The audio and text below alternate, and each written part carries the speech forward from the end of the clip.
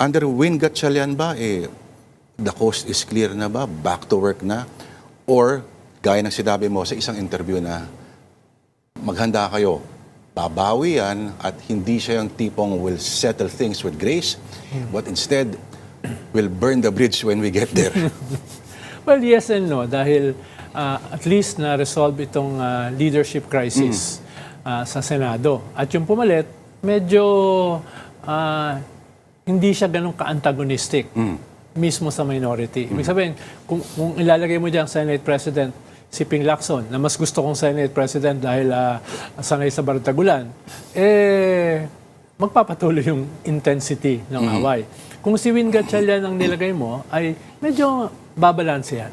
No? At nag-send na nga ng feeler sa minority na, Uy, usap na tayo. Kahit hindi pa siya kinakongratulate ng isang... Yes, no? So, maganda siyang fulcrum dito sa napaka-polarized na sitwasyon sa Senado. Pero itong crisis kasi na ito ay hindi lang simpleng crisis ng personalities. It is a crisis of the institution. No? At going into impeachment in 2 weeks, no?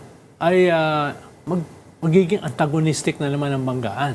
No? At ang unang bakbakan dyan ay dadaan sa isang simple majority, yung evidence. No? Bakbakan na yan. No? Bakbakan na yan. Going into, siguro after 2 months, to convict or to acquit. Kaya hindi pa tapos ito, itong dynamics na ito. Sa July 6, makikita mo, marami magrarally dyan, magbubungguan. No? At just a few days back, nakarinig ka na naman ng mga destabilization. Diba? So, yung ating political climate is such na hindi mo masasabi na tapos na eh. No? Susunod na kabanata na naman yan eh.